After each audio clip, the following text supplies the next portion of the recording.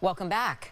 Summer storm season is definitely here, and if you found that your roof needs repairs, the BBB says it's important to make sure that you choose the right contractor. Paula Fleming from the Better Business Bureau joins us with some advice. And so to start here, Paula, what tips would you have for homeowners who might be starting that process of looking for a contractor for what is a very expensive piece of work to be done on a house? It is, most definitely, and I can't stress enough how important it is for people to do their research. Obviously, I encourage people to go to bbb.org, check out a business's profile, whether they're an accredited business or not. We do report on them, and take into consideration that it's important not only to go with the cheapest, but when you're doing your research, make sure they're properly licensed and registered with your state if the industry deems necessary. And these can be costly projects you're doing on your home. So we want to make sure that your money is going into reliable, credible, and ethical business hands. So what sort of red flags should people look for when they're speaking with contractors about, say, a quote or about the process of doing their work? Yeah, that's a good point. So some red flags would be if the price is significantly lower than other estimates that you've received, that would be a red flag. If they're not willing to have a contract in place, or at least at minimum a detailed estimate, I would be very cautious about doing business with them as well.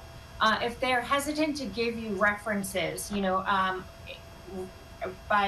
it's a roof or if you're putting in a fence, if they don't have any references, I would be skeptical there as well. So there's a lot of red flags you can look out for. If they're asking for 100% payment up front, be extremely cautious. If they're cash only, which we've been hearing people say, they received a knock on the door, they only would accept cash, I would be hesitant there as well. And how can a homeowner maybe extend the life of their roof so that they might not have to go through this process quite so soon if they're not ready for it? Yeah, sure. So, roofing contractors, for example, are very quick to come out to your home and take a look at your roof. If you've vetted the roofer and you see that they have, a great rating with Better Business Bureau, they have good customer reviews, they're going to be honest with you. And oftentimes they'll say you have another year left in the roof. So you want to make sure that you get different feedback from each of the roofers you have out. That's why I always encourage 3 estimates and opinions, if you will.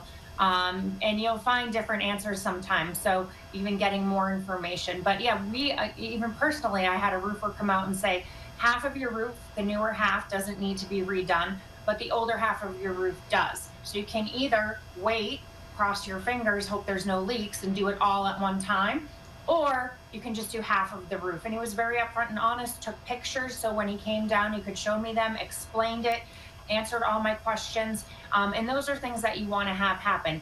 Again, to put on a roof, depending on the size of your home, could be upwards of $30,000, so you want to make sure that you're dealing with a reliable, credible home improvement contractor / roofer in this case. And if it doesn't need to be done, obviously all of us would like to put it off a little bit longer. So if you're doing that, make sure that your home is protected. There won't be a potential leak if you can help it. Great advice there, Paula. Thank you so much. Yeah, you're welcome.